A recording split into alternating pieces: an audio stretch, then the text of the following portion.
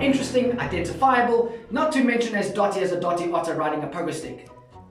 Because you know them dotty otters that ride pogo sticks do tend to be a little bit dotty. Sorry about that. The story is also set in a small and isolated little town with a mysterious and supernatural force lurking in the background. Damn! These ingredients sound like something out of a Stephen King novel.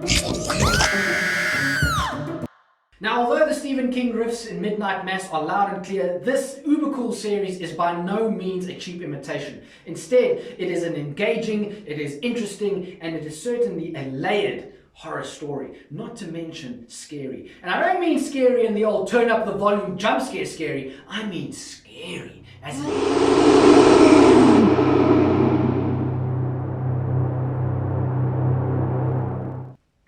You know, it's just scary. I don't get scared.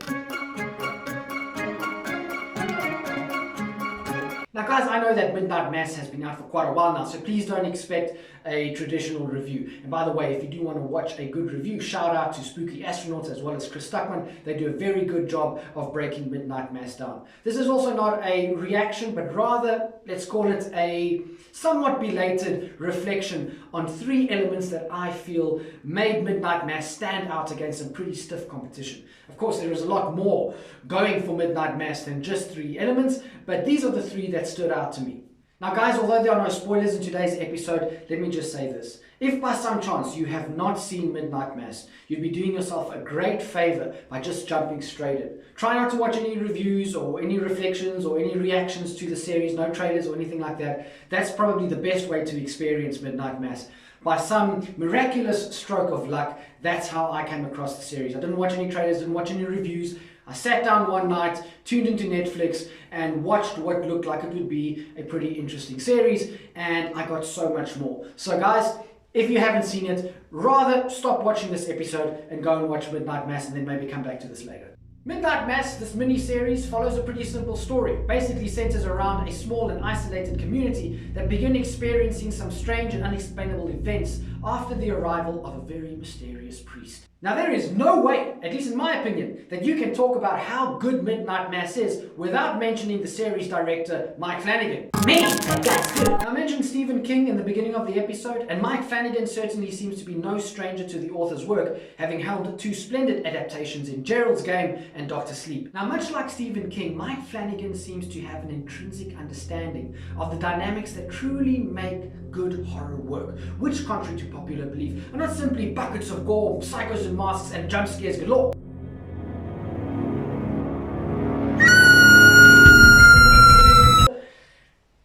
As fun as those things can be. Midnight Mass, much like Flanagan's other work, places the focus squarely on its characters. Now, I know that this doesn't sound like a big revelation, but strangely enough, interesting, flawed characters seems to be what's missing from a lot of horror these days. Flanagan, on the other hand, he shakes interesting characters out from under his sleeve. And another thing he gets right is the story. He doesn't pump it full of plot and twists and turns and jump scares. And although there are some jump scares and some interesting developments, there's also an added thematical element, something that gives the story an added sense of weight and depth. In Midnight Mass, religion is under the microscope. There's also this unnerving, subtly unnerving atmosphere where everything seems fine on the surface, but underneath, something disturbing lurks. So for me, what I really love, the first thing that I really love about Midnight Mass is this very, very seamless mix of character, of story, and of atmosphere. But once Father Paul Hill arrives on the small island of Crockett, some strange events start to occur that at first seem like little miracles. Miracles that have a very positive effect on the individuals in the community. Only we as the audience, we understand that no matter how badly we want to believe in miracles or how pure Father Hill's intentions may be, we know that there is something going on in that little church that is not completely kosher. So what is going on in that little church? This is where Flanagan truly shines. He doesn't make the age-old mistake of ramming the reveal down the audience's throat. No, instead, he allows the horror to slowly burn its way to its inevitable conclusion. I find myself intrigued. Hell, I find myself reveling in the slow yet deliberate pace of Midnight Mass. Damn, that guy is good! The second thing that I love about Midnight Mass, and I alluded to this a little bit earlier, is the well-written characters. All of them have their own hopes, dreams, fears, and flaws, and none of it seems plucked on or inconsequential. Instead, it's all woven into the story behind the priest's mysterious past. The performances by the always beautiful and on the mark Kate Siegel, the awesome Zgilfrd, Rohul Kohli, I hope I said that right, and especially Samantha Sloyan, who plays the overzealous member of St. Patrick Church, all absolutely brilliant. And it's not just those performances that are great, all of them are on the mark in Midnight Mass. But the guy who steals the show is Hamish Linklater.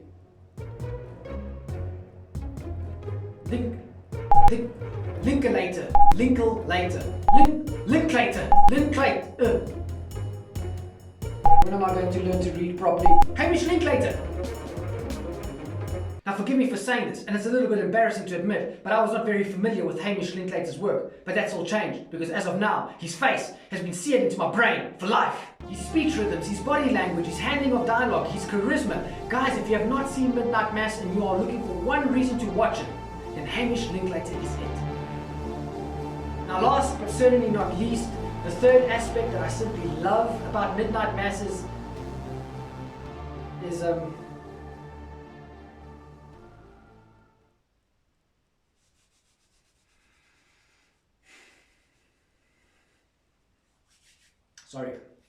sorry guys, I'm sorry this is happening right now in this episode. I'm sorry, but you know what, there's something I gotta get off my chest, and I might as well do it now.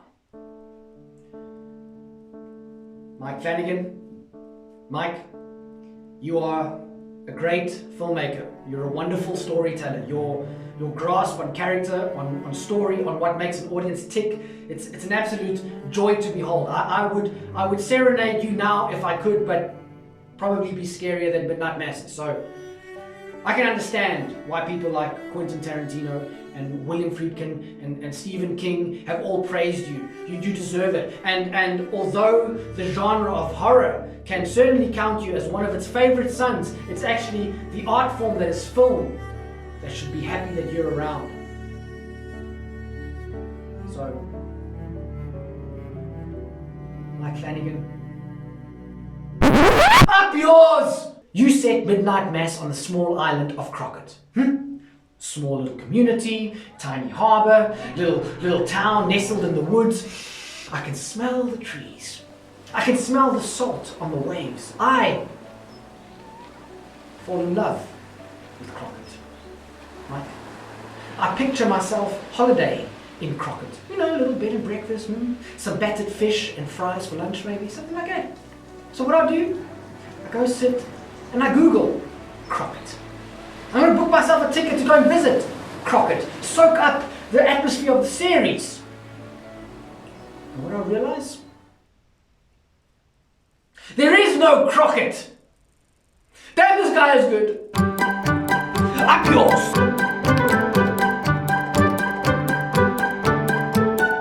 So that's it, fans, ghouls, goblins, gremlins, and werewolves of horror. Those are the three elements that I loved about Midnight Mass. Now, if you've seen Midnight Mass, feel free to share with me what you liked about it. And if you haven't, guys, get out there and watch it. It's a wonderful little series.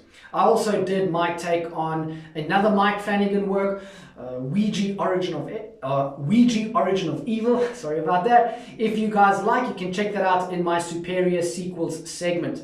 And if you like this kind of content, you know, horror-related content, then subscribe to the channel, drop us a like, and feel free to engage. That's the best part of this, where we get to share this horror passion of ours. On that note, guys, I wish you all a wonderful, wonderful week. Stay safe, stay happy, stay healthy, and most of all, stay horror. Catch you next time.